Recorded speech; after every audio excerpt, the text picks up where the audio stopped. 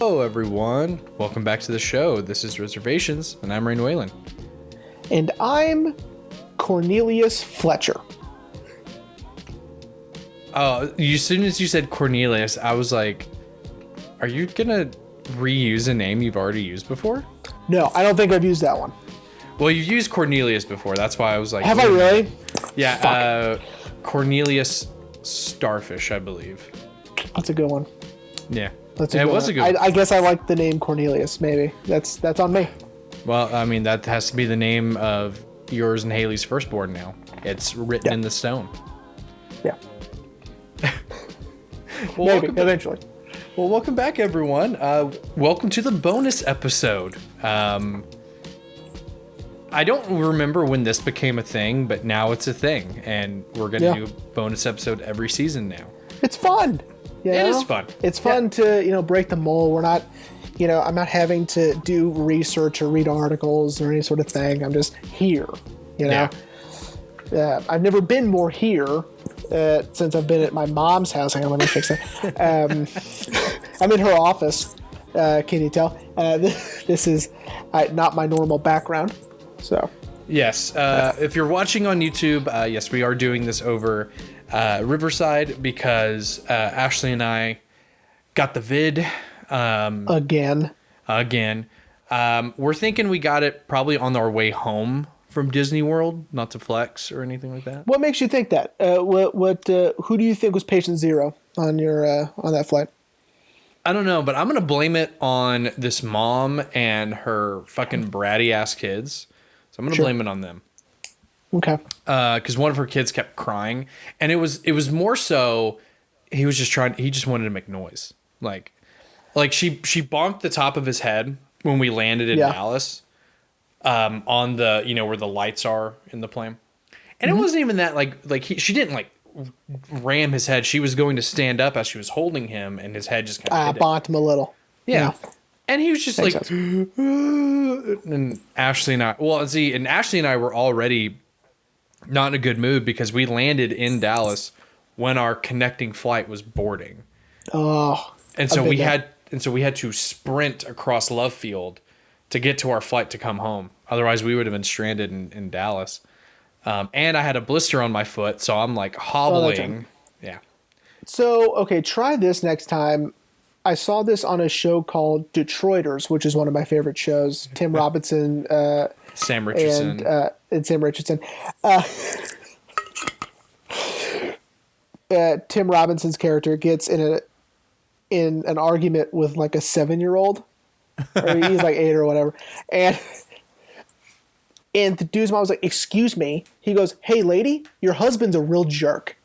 It's just husband, that's my son. It makes me laugh so hard. So next time that happens, you're like, "Ma'am, your husband's being a real dick." All right, because she's like, "Husband," whatever. Husband. Yeah, try that. But yeah, so Ashley and I got the vid. Thankfully, I have had no symptoms. I can still smell. I can still taste. Nice. A little congestion, but I feel great. So hopefully, and luckily now, we don't have to quarantine as long anymore. So yeah, if anything, you feel more healthy than ever before. Yeah. But yeah, so we're doing this over Riverside, but also yes. Jeremy is not in Dallas yet. If you watched our update video, which I think one person has watched it. Yeah. Here, it wasn't Zack, I don't think. He didn't mention anything about it. So let's look at the analytics real quick. All right, cool. 4 people have watched it. Oh, right on. So he might have been one of them. I know he did answer our question on the forums today. So yeah, shout out to Zack. Yeah, Zack, cool. You're the best, buddy. Yeah, and Hunter too. Hunter did too. So yeah. Shout out to Zack and Hunter. So everyone, you may be wondering what this bonus episode's about. We've covered movies we hate. We've covered movies that got us into being cinephiles. So today, we're going to cover movies that we feel are underrated. Maybe they didn't do very well in the box office, or maybe they just kind of flew under the radar or something like that. Because that happens a lot. Zack said this movie right up here, The Green Knight, was one of them, and I 100% agree. Jeremy, we saw it together. We saw it with Alex and Ashley, and it was great. We loved it, but yeah, it's amazing. I've mentioned it to a lot of people, and they're like, "Oh, I didn't even know that movie." I was like, how could you not? It's so odd because, like, you're right, because we're so I don't know how to put it, just like we're drowning in information, the two of us, with film, happenings and movie goings on, because that's what we like and that's what we put ourselves into. But if people don't do that, right, it's sort of like how I think it's fascinating, and I think it's almost impossible that people can know football stats about a player, or know pretty much everyone on a team and then know their stats. And then my dad has this sort of like Rain Man like quality to walk me through his golf game that took 4.5 hours. He could walk me through the entire thing without missing anything, right? He could shot by shot tell me exactly what happened on each hole. And I'm like, dude, what's going on? Like, how many toothpicks did I just drop? You know what I mean? That's crazy. But I think that's what it is, right? We put ourselves in this situation. We put ourselves in what we love and what we like, and it just so happens what we really, really like and what our passion is sort of just is something people just casually are interested in, right? Mm-hmm. Everybody likes movies, right? In their own way. Yeah. We're just a little bit more deeper into that. So that's why it's more, it's a little more interesting to think about it that way, because it's not like, this person's really into soccer, Yeah. Yes, so are a whole bunch of other people. But it's more than likely you're going to say, hey, did you check out that game last night? And people are going to be like, fucking, what are you talking about? You know what I mean? Or the certain player or whatever, right? I only just recently, speaking of sports, I recently discovered just the other day that I think I may hate LeBron James. Space Jam: A New Legacy didn't already do that for you? No, I didn't see it. But also, I saw the way he was acting when a ref didn't call a foul, and he just threw a temper tantrum. Like, dude's almost 40 years old. You know what I mean? Yeah, man.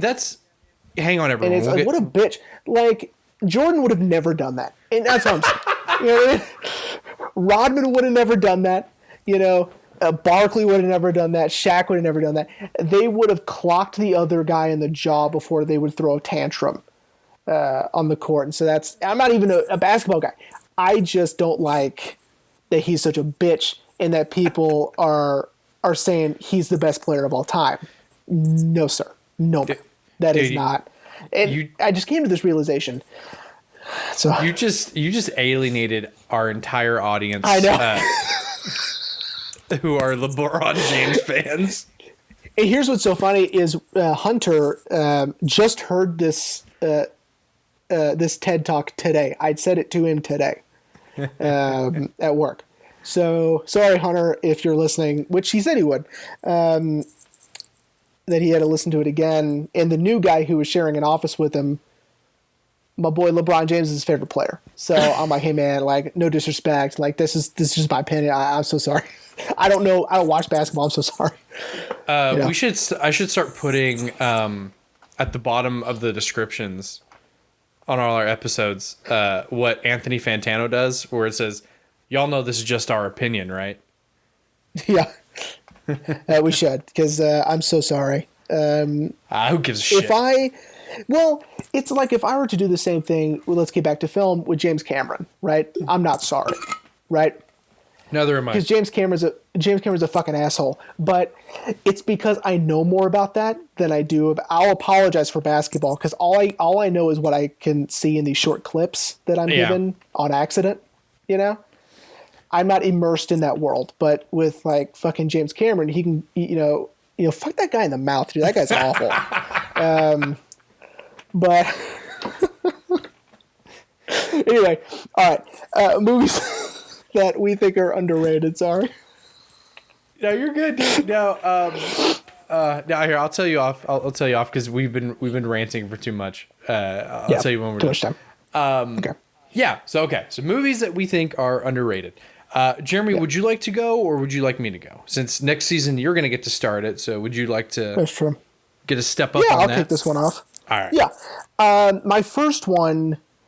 I didn't send you any of these, did I? No, because I didn't send you mine. Now, do you want to go one for one? You go one, then. Yeah. We'll go one on one. Okay. My first one is an animated film. It's called Miri and Max. I don't know. Have you seen this? I have not. It does not sound familiar at all. Adam Elliott wrote and directed this film. It is truly, truly amazing. It's set in Australia. It is about a little girl who just out of the blue, who's living in Australia, decides to write to a random person in the phone book, and it just so happened to be Max. He lives in New York, and he is. Are you looking it up? Yeah, I'm sorry. He is sort of autistic, I think you would say now. He doesn't really understand people. He has a hard time making friends. He has a hard time talking to people.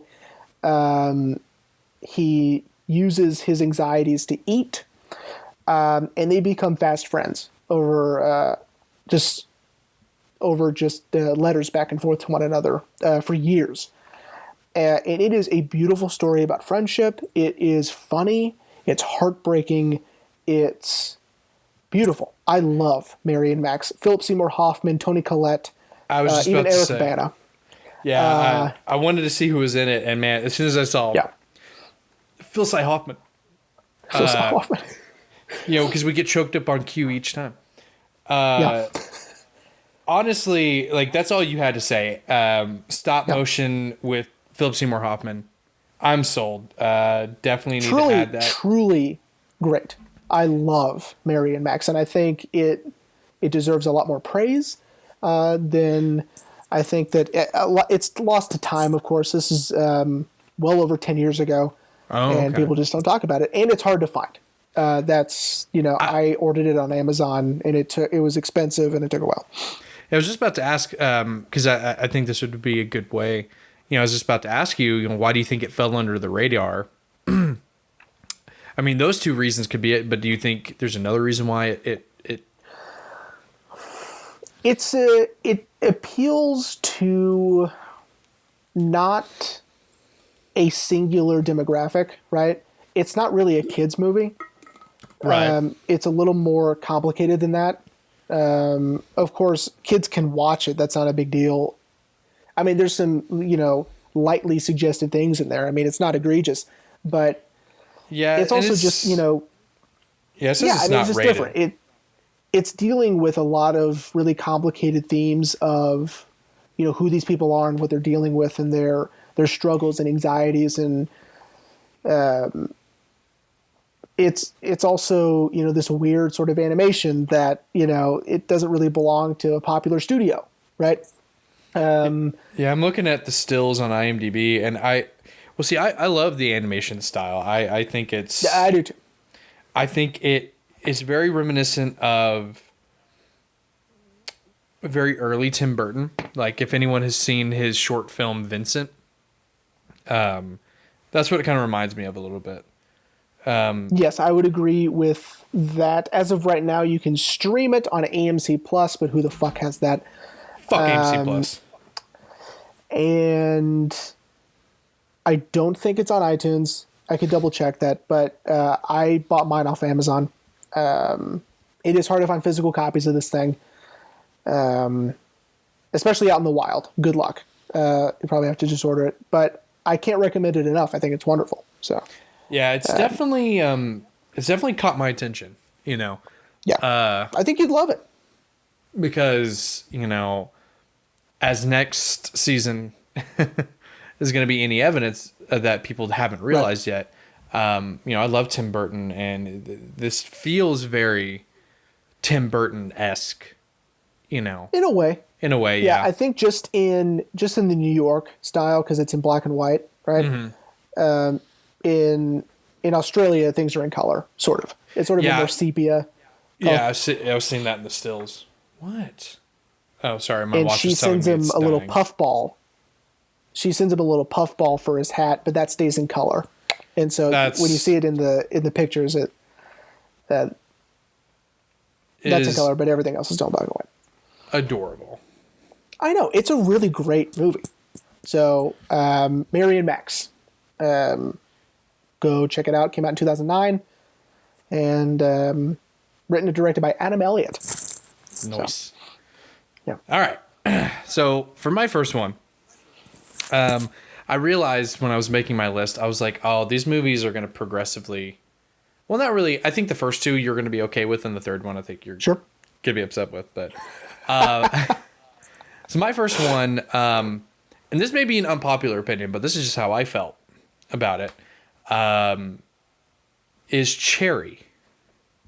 Okay. I absolutely love Cherry. I loved it the minute it opened with the red tech, with the red overlay, with the tech. Like I was in love automatically. Yeah. Now, for those of you who don't know, Cherry has Tom Holland, who it's on a semi-autobiographical movie about a army. He's a medic, right? Yeah. Yeah, army medic. From what I remember. During the Iraq War, who comes home with undiagnosed PSD. PSD? I feel like I'm saying a lot of PTSD. I feel like I'm saying a lot of stuff wrong. That's right. Undiagnosed PTSD, because this is before doctors really knew how to treat people in the armed forces coming home. And so he does the only logical thing by doing copious amounts of drugs and robbing banks to pay for said drugs. This was the Russo brothers' first project after Marvel was all done. They had just wrapped up Endgame, so this was their first project post Marvel. And I love it. I mean, it's a different setting to see Tom Holland in, because as we discussed in The Devil All the Time, I think he has proven himself a very versatile actor, and Cherry is very far in left field. And I think that's one of the reasons why it fell under the radar. Like, a lot of people weren't expecting him to, fuck this, fuck that, and do a bunch of drugs, and Yeah. I think they were. It's really.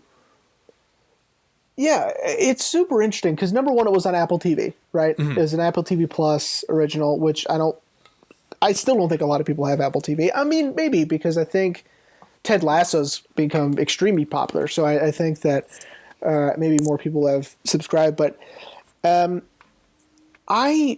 say that the reviews were bad would be an understatement. The reviews are really bad, and I was surprised by that because I also liked the movie. I could see why some people wouldn't like it. I could see some issues. But here are things I loved, and let's see if you agree. Okay. I loved the small things like the bank, the letters, people's name tags. Like, they're all surreal, right? Because like the bank doesn't have a name. I forgot what it said. I think it just said like it was like bank or something. Or it was like Bank of Go Fuck Yourself or something like that. It was something funny like that. And then he had a letter, and a lot of it just said blah blah blah blah blah blah blah, like literally the words blah blah blah blah, right? Because it doesn't matter, right? It doesn't matter what it says. People's name tags, just say like Mr. Doctor or Miss Secretary or whatever. You know what I mean? Stuff like that. That stuff I really, really liked because he is sort of this unreliable narrator, and also it's just to highlight that memory is fogged by his drug use and his PTSD. There were parts of the movie I didn't like, I guess. But you're right. It really did. I don't know as much as it fell under the radar, or it would fall under one of our previous bonus episodes, which is movies that we love that people hate. This would have been a good contender for that, because people really do not like that movie. Yeah, they really don't like Cherry, and I really don't know why. I mean, I agree.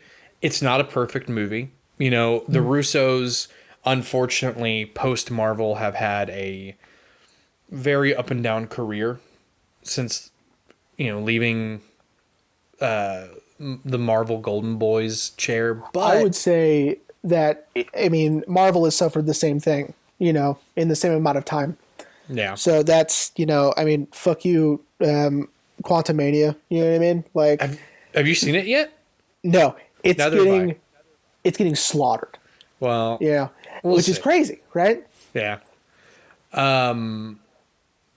But yeah, no, yeah. So I mean, I really love Cherry, and it had decent reviews, but So that was my Cherry. first one. That was it's a good choice. My turn again. Yes. Well, yeah. Let me see if maybe. Sure, I'm pretty sure I've talked about this movie before, but this is in a different context. So this one's a hard movie to recommend to most people. I think shut up. It's underrated for quite a few reasons. Sorry, my fucking watch. It's underrated for a lot of reasons, and I think it's because people don't give it a chance. Okay? People see one thing about it, and they think that's all it is. Okay? This movie is wonderful. It's a great love story, but it's a difficult love story to tell, and it's not only is it heartbreaking, but its realism. Obviously, its realism is a little too intense for most, and that's Gaspar Noé's Love. Yeah. That one. Yeah. So it's that right there. So once you Google it, okay. So let me explain. If our listener doesn't know, Gaspar Noé's, whom we've talked about on the podcast before, we've done Irreversible, and I think a more digestible film of his would probably be, which is impossible, right? To find something that most people would find interesting of his. Maybe Into the Void, maybe Climax. People might enjoy. I've heard his new film Vortex is really, really good, which I haven't seen yet. But Love. So Love came out in 2015. It portrays non-simulated sex scenes, meaning the actors are actually engaging in sexual intercourse during these scenes. And it is a love story being told through the sexual part of their relationship, right? It is told in reverse. Of course, it's told in reverse chronological order through most of it. By that I mean the scenes are working backwards, kind of like Irreversible, but not quite as intense as Irreversible. Yeah. And once you get to the end, if you hang in there and if you can look past what most people would say is a gimmick, which I don't think it is, I think it is shocking and it is provocative, but I think for what Gaspar Noé wanted to do was show the most realistic sexual relationship he can, while also portraying their loss of love for each other. It is heartbreaking, and at the end, you are just completely enamored by this relationship and by this couple. It's a throuple, right? That's the whole point of it? Kind of. Not really. It is in an instance, but then But then things sort of shift, and it was supposed to be just like a one-time thing, and then whatever. Yeah. It stars a face some of our listeners may recognize, Carl Glusman, who is in Nocturnal Animals. Hell yeah. And he was in Devs. I don't know. Yes, he's also in Devs, which is a show that I absolutely love. Shout out to Devs, man. Shout out to Devs. And shout out to Alex Garland. Just, whatever. Hell yeah. So Love. I think this movie's incredible. And I think it is... I understand why people don't want to watch it. Or I understand why people just think it's the one thing and it's the gimmick. Mm-hmm. Which I don't see as a gimmick. I think other people might. You and Alex told me about this movie, right? When we went to Weatherford to visit set, right? I'm sure. Yeah. I want to say y'all did, because I think we got on the subject of, because we talked a lot on all the driving to the castle and stuff like that, and I feel like we were talking about, I don't remember, but I want to say y'all brought this up because. I'm trying to remember the context, really. But I mean, it was a long time ago, so you might have to try really hard. Yeah, it's 4 years ago. Isn't that wild? Yeah. But yeah, I mean, I've gotten close to watching it because it's still on Netflix, isn't it? I think so, and that's where I saw it the first time. It was on Netflix. Shout out to Netflix, by the way. Mm-hmm. I know that they're bitches a lot of the time, but they're the reason I saw Antichrist for the first time. They're the reason I saw Love for the first time. They're the reasons I saw a lot of really cool stuff. So, and like really bizarre, provocative stuff, because even Antichrist has non-simulated sex too. So, but that's what it was. That's what it was. Because I asked, I was like, really? So we see Willem Dafoe getting it, and you're like, no. Lars von Trier used... No, it's too big. He used porn stars Willem for that. Dafoe's too large. Yeah. Well, we might have even been talking about Nymphomaniac, which...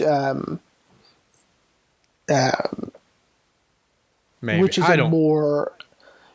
So where Love is really graphic, right? Mm-hmm. I mean, times that by 10, and that's Nymphomaniac. So, I mean, that's not even on the same playing field. This is more down to earth, right? Gotcha. But I mean, you turn on the movie and immediately, I mean, we're talking frame one. So, buckle up if you do watch it. I mean, be respectful for people around you, if there are people around you. Yeah, don't watch it on a plane. I wouldn't. No. This might be a buy yourselfer. You know what I mean? I told Dad that they just put Babylon on Paramount Plus today, and I told him garage door halfway down, at least for the first hour. Really? Oh yeah. Oh shit. So, oh man. Yeah, Love. I mean, it's tremendous. I think people should see it. I do. Nice. All right, so I'm gonna save my last one because I really struggled to figure out my next movie, because I was like, man, like I've seen so many movies that I personally have thought were underrated, but I remember coming across this because I looked at my letterbox. I was like, which one? Like, there's so many. And I came across this one, and I do distinctly remember, people liking it, but I don't remember people raving about it. Like, and that is The Woman in Black. Interesting. Again, another career shift for an actor. This was Daniel Radcliffe's first movie post Harry Potter, which that's all I need. That's all I needed to know. I was like, I don't give a shit. And then when I realized it was a horror, and at the time of the movie coming out, I didn't have the love or respect that I have for horror that now. So I was like, oh shit.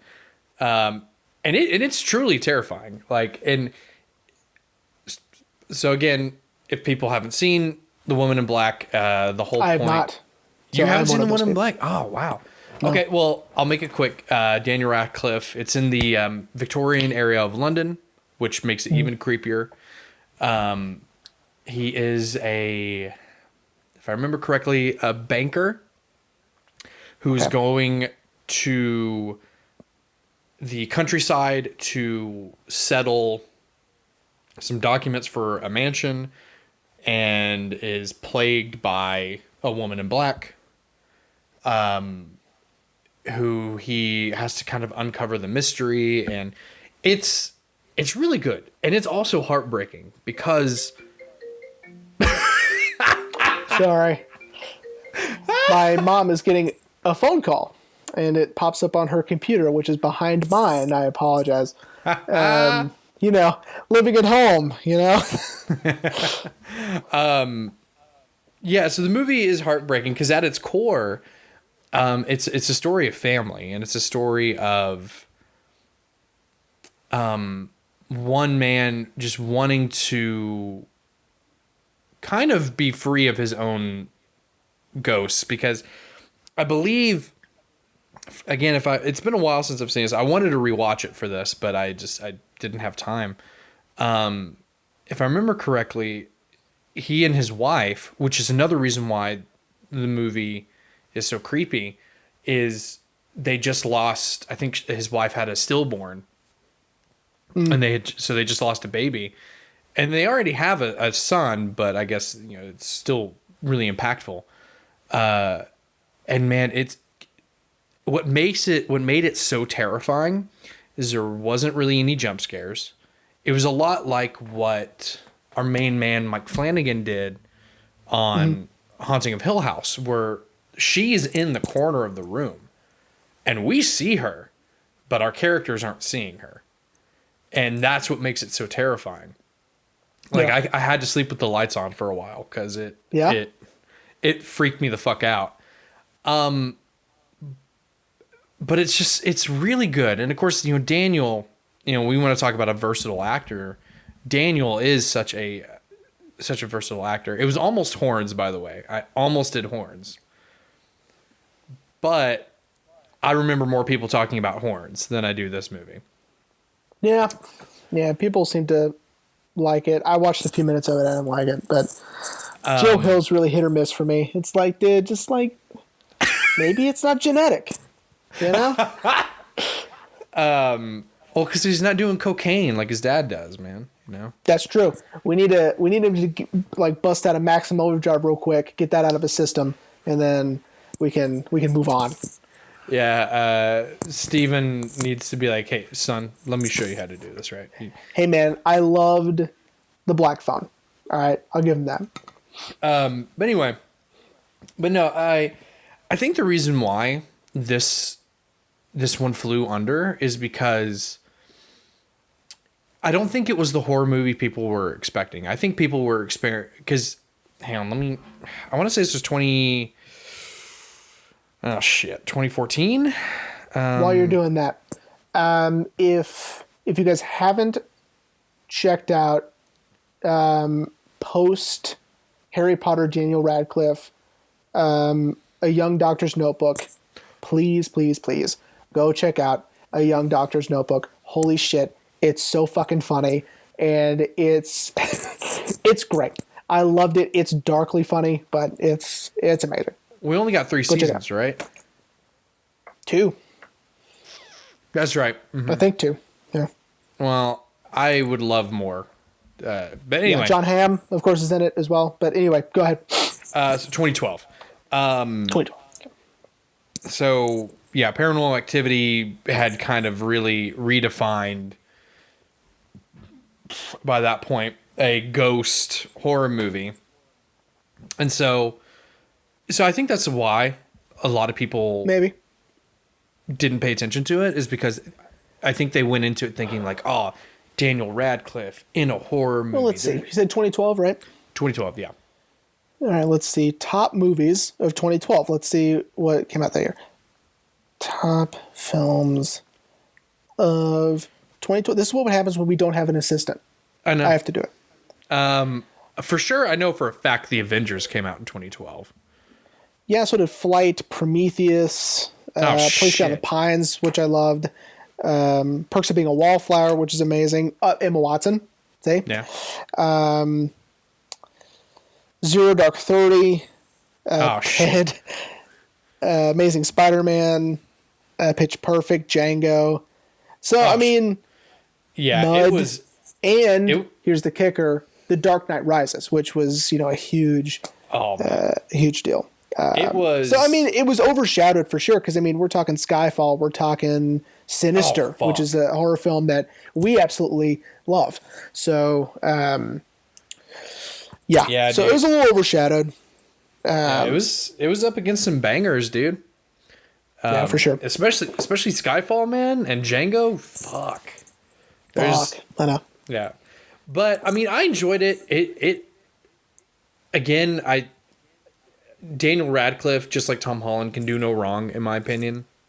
I will, even if like a critic has said like this is the worst movie ever made, if it had like a 0 in Rotten Tomatoes, I would still go see it just because I think even if everything's not there, I know Daniel Radcliffe would be giving it all. Like Now You See Me too. So Ashley and I love Now You See Me. Yeah, I saw that. I didn't really see Now You See Me 2 because Isla Fisher didn't come back, so I was like, eh. Okay. But of the scenes I've seen with Daniel Radcliffe, they're great because he's killing it as this sort of charismatic villain, which he plays a very good villain, which is kind of shocking. Like I've been told, even though I refuse, I've been told The Lost City he's hilarious in. Uh-huh. But I really don't want to see that fucking movie.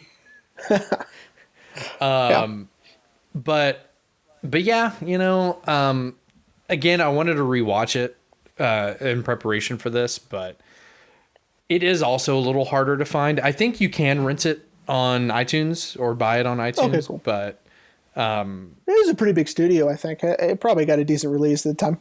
But I didn't want to do that, so... Understood. Yeah, here, let me see. I think the studio on the poster was Enhance. I don't recognize any of these studios, my man. Oh, okay, then. I think it was technically an independent film. Okay. But it's great. Anyway. Cool. All right, buddy. So what's your last movie? After this, I have honorable mentions, but... oh, okay, that's fine. I have a couple as well. Okay, good. So... this one, I can't stress enough. If you don't watch any of the other ones I recommend, that's fine. This one is too good. It's too good not to watch at least one time. Okay? So what if I told you that the man who wrote Fantastic Voyage, the man who wrote episodes of Star Trek, episodes of Twilight Zone, made one of the most simplistic yet profound science fiction films you've ever seen. Okay? Are you ready? A science fiction film that is so amazing that is just through conversation. Okay. That person is Jerome Bixby, and the movie is The Man from Earth. All right? Okay. The Man from Earth. Guys, watch this movie. It's so good. All right? I personally love minimalistic storytelling like this. It's just a guy telling a story, right? Okay. But it's such an amazing story, and you have some great supporting cast in there. Tony Todd is in this movie. Oh, dude, the original Candyman. Yeah. Yep. It's about a guy who is moving after working at this university for over 10 years. Actually, it's probably exactly 10 years. And he's the history professor, and he is so amazing at teaching history, and they're so sad that he's leaving, and they're throwing them this going away party. And the reason he's moving is they're starting to realize he doesn't age really. And there's a reason why he's so good at teaching history. And it is what follows is one of the most incredible stories that he tells them, and it's so cool. So, The Man from Earth. It's such a small movie that I'm sure that it didn't get a lot of distribution. Right now you can stream it on Freevee, which I don't know how to access that, but I'm sure people can figure it out. It recently got a Blu-ray release a few years ago, which is really exciting. They did do a sequel. Don't worry about it. It ruins it. Don't do that. Okay. The Man from Earth, Tale of Two Kitties. Yeah, A Tale of Two Kitties. Yeah, it's don't do that. But definitely watch The Man from Earth. It is absolutely incredible. So, well, see, man, I've said it on the show before. Doing this with you for so long, I'm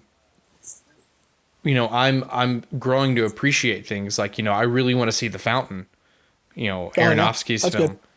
Definitely. But that sounds interesting, dude.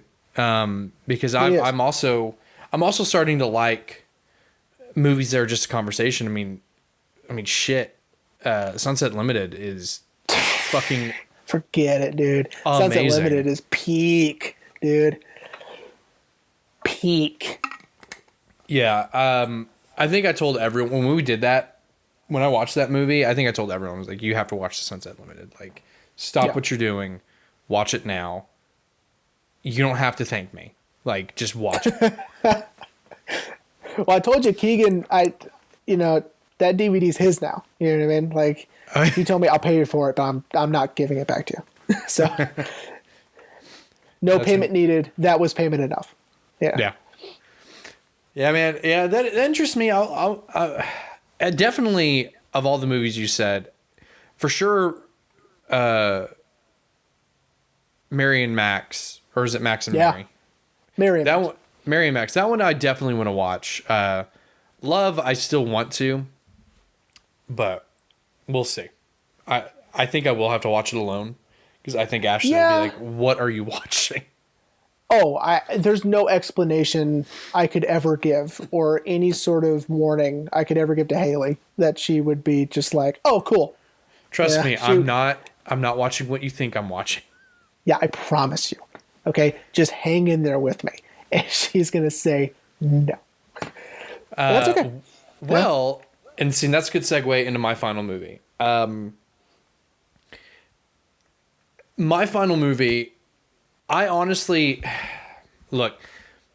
The reason why I picked this one is just because I love this director so much, and anytime I feel like people aren't talking about his movies, I'm like, oh, well, then you missed it.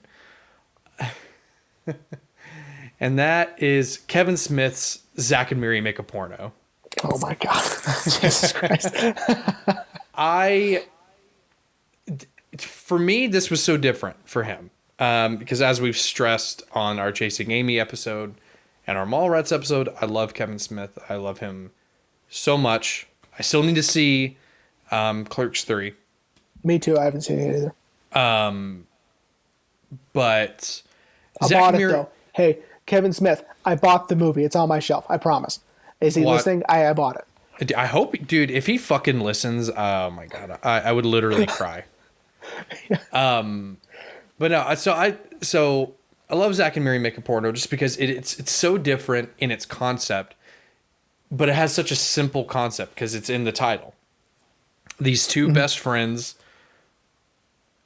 to get some cash to pay their rent, to pay all their bills, decide, let's just make a porno and distribute it, and then we're good.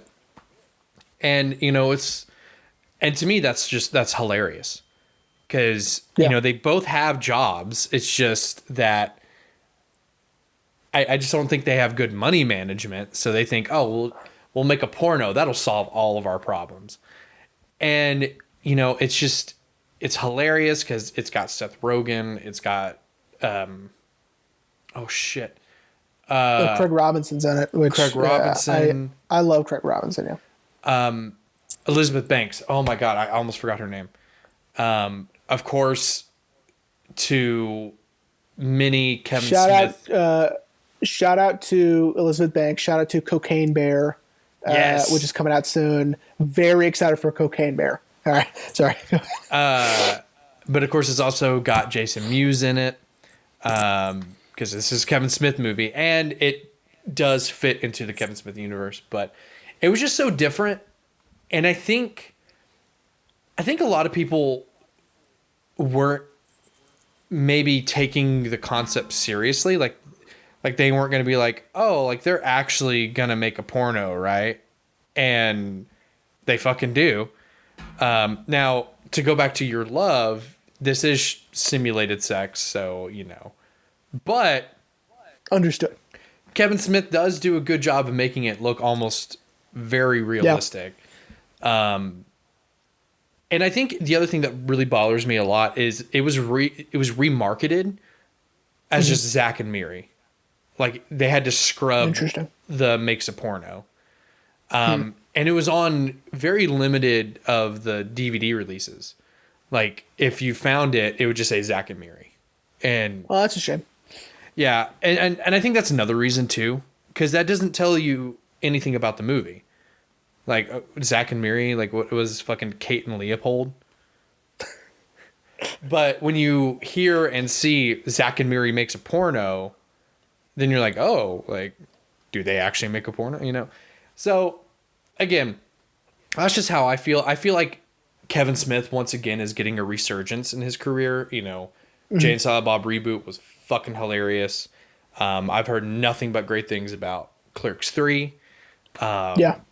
So I feel like Kevin Smith is resurging again because that's what happened with Chasing Amy, which I'm not going to get into. If y'all want to hear me talk about that, go listen to our Chasing Amy episode.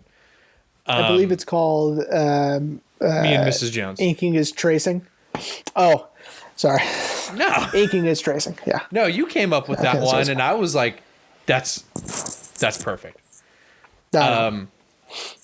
But yeah, man, I had a feeling you were going to be disappointed in me as soon as I said that. Not disappointed. No, it's fine. I don't hear a lot. The only thing I've seen from that is it's a clip from Zack and Miri on TikTok. People will put the clip of can I get a coffee?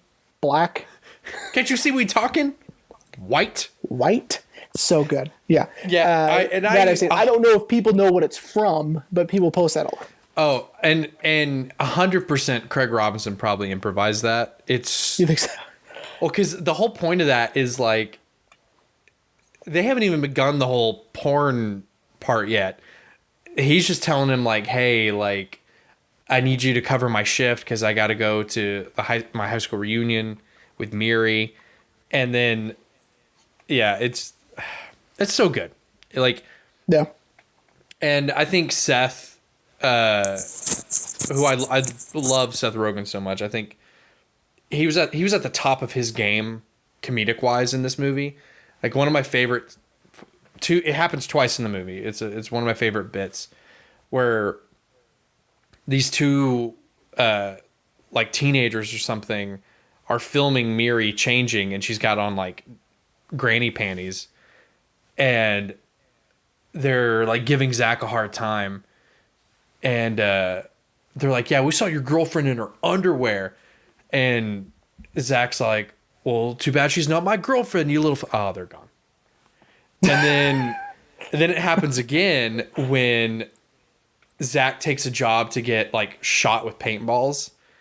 Mm-hmm. But they just shoot him in the dick. Yeah. And they're like, yeah, we just shot you in the dick. And they start to walk away. And he's like, oh, yeah, well, it's my job to get shot in the dick, you little... Oh, they're gone. That's good. It's so good, man. Yeah. So yeah, those are my movies. Cool. Honorable mention time, I guess. Yeah, so I was gonna say, so you had some honorable mentions you wanted to get out. I do. I have a couple. The first one's Bringing Out the Dead. Nicolas Cage, Patricia Arquette, directed by Martin Scorsese. Yeah, not like anything he's ever done. I think it's so cool and it's very stylized. And I love the music he uses. So he uses one song as the score for the whole movie. Okay. And it's Van Morrison's TB Sheets. And it's just incredible. Very bluesy, very, it's awesome. It's just a fever dream. And John Goodman's in it as well. And Mark Anthony, if who cares? He's in it. Okay, so that was one. My Son, What Have Ye Done? Is the second one. Werner Herzog, Michael Shannon, Willem Dafoe, Michael Pena, Chloe Sevigny. Fucking awesome movie. Based on a true story about a guy who murdered his mom with a sword in Florida. Damn. Need I say more? So, gotta go see it or go check it out. I don't know where you can find it. I have a DVD copy. That might be just as hard to find, but it's amazing. Michael Shannon, of course, gives an amazing performance. And I thought about doing Take Shelter, but I don't know. I think a lot of people have seen that, maybe. Another Michael Shannon and, oh, gosh. Who cares? Truly incredible performance by Michael Shannon. Take Shelter. Everybody's got to see that one, too. So, anyway, those are mine. Okay. Mine are... you're going to laugh at this one because I know you probably haven't seen this one. The first one is The Big Year with Jack Black, Steve Martin, and Owen Wilson. Shut up. Oh, yeah. I love this movie just because it's a very simple concept. These guys are bird watchers and they're in a competition to see everything, and they just kind of... Steve Martin and Jack Black form an unlikely friendship with sort of a love-hate relationship with Owen Wilson's character. I liked it. I thought it was funny. Sure. I always love seeing Jack Black in something different, something that's not a comedy. And I mean, technically this is a comedy, but he's not playing Jack Black, you know. Yeah, it's not goofy. Yeah. Yeah. The second one, we've kind of talked about this movie, not like in depth, is The Men Who Stare at Goats. Don't laugh. Why are you laughing at me? Have we talked about this? Because I met someone who was in my class in college who got to visit that film set. Have we talked about this on the podcast? Yeah, you've told the story, I think, two or three times. Okay, cool. Well, it's the closest I've gotten to Jeff Bridges. So yeah. The movie is just so strange, but it has an awesome cast.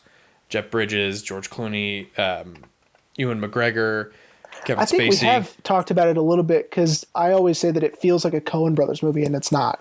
Yeah, I think that's usually what we said about it. Yeah. And then last but not least, and this one isn't really more of a under the radar movie. It's just a nostalgic movie for me that I don't think gets enough attention. Now, it technically has two titles. The original American title and then the international title. The Rundown with The Rock and Sean William Scott. Sean William Scott, yeah. I love that movie. It was the first movie I ever saw The Rock in. That actually, I realized that's who that was. Okay. I'm not counting The Mummy Returns because he's not technically in it. But I love that movie. I thought it, again, very simple concept, great cast. Fucking Christopher Walken's the bad guy. Like, sold. Amazing. Yeah. So mine are a little bit older and not really deep as yours, but I haven't seen any of those. So I mean, really, it plays to the fact that they are underrated because I haven't seen any of that shit. I of my three, I would highly recommend The Men Who Stare at Goats. It's a great movie. Okay. Really funny. And yeah, it feels like a Coen Brothers movie, but they had nothing to do with it. I think it's because Burn After Reading in that movie came out right around the same time. That makes a lot of sense. I refuse to pick a top out of the four I mentioned. You just have to choose. You know, Yeah. they're all good. You know, shit. There's all I was gonna say. Oh, when you said it was a nostalgic movie, you're not sure anyone had ever seen it or no one talks about it anymore. This is what went through my mind. It's because I thought about it just the other day. I thought you were gonna say Cats Don't Dance. That fucking movie's awesome, dude. Okay, that fucking movie is the best. I think you and I are the only ones who remember it. Probably. Which is very disappointing. I used to love seeing that trailer on our... Oh, fuck, what was it? I think it was our Batman Forever VHS. Because, well, it was my grandparents. My grandparents had Batman Forever on VHS, and I would borrow it constantly. Amazing. And that was my favorite part. I mean, I love... it's a guilty pleasure movie. I love Batman Forever. Yeah. But man, fucking Cats Don't Dance, dude. Cats Don't Dance. It's fucking awesome. So fucking good. There's the one we snuck in at the wire. Everyone needs to go see Cats Don't Dance. The cast is out of this world. Don Knotts is in it. It's incredible. Do you think they blew the music's budget? Amazing. Do you think they blew the budget on all the talent they got, like they did Osmosis Jones? Yeah, maybe. I don't know, because the music's incredible. They got James Ingram to do some of the music. James Ingram was a big talent at the time. You can buy it or rent it on iTunes. I just looked it up. Incredible. Now the soundtrack is hard to find. Good luck. Excuse me. Bless you. I've been looking for a CD of that soundtrack for years because I think that soundtrack kicks ass, and I think Scott Bakula plays our main character, Danny, I believe. Dude, shout out to Quantum Leap. Yeah. Shout out to men of a certain age. Can we just Here we go, bro. DVD on Amazon. $13. Boom, go get it right now. I have the DVD. I almost brought it to Midland so I could watch it here in my mom's house. So I was this close. Oh, man. Well, Jeremy, are you ready to wrap up? Yeah. Okay, so in case anyone didn't listen to our end of season finale last week, how dare you? We'll give another little tease Dude, fucking poor Zack, by the way, dude. We made him watch Zero Theorem, and I feel bad. Because he watched it for the show, and I feel so bad about that. Well, here, this might make you feel a little better. Jazz reached out to me, and she was so excited that we talked about that. Really? And I was like, have you listened to our conversation yet? And she was like, no, but I saw that y'all did it. And I was like... She's like, no, but I'm sure that you gave it glowing reviews. I'm sure you treated it with respect. Almost. She was like, that movie's so good. And the meaning... So she understood it. So we didn't... Well, fucking let's get her on. I know. But yeah. So here, does that make you feel a little bit better? I guess. I don't know. But Zack, he texted me after, and he was like, yeah, man, I completely agree with you. It's a lot of substance, not a lot of follow through. And I go, buddy, I'm so sorry you watched it. I feel so bad. This next time, I think will be a little bit better. Next go around. Yeah. So next, I haven't seen a lot of these Fritz Lang movies, so we'll see. Yeah. So you were about to talk about that. Yeah. You're getting ahead of me, dog. Sorry. So next season, everyone, we are both picking a director. Jeremy, as he just kind of said, he's picked Fritz Lang. I have picked Tim Burton, and we're just going to talk about some of their filmography. I'm going to do it in a certain way. I don't know about you, buddy, but I had this idea today. I'm going to talk about the movies I picked chronologically. So I can kind of talk about... I'm doing the exact same thing. Awesome. So I can kind of talk about We did not talk about that. Hell yeah. Yeah, we did not discuss this before. So cool. So this way we can both talk about their progression as directors. Because, yeah, man, because I've got some on my list that I haven't seen at all. And I've got some that I've seen repeatedly that I've just wanted an excuse to talk about.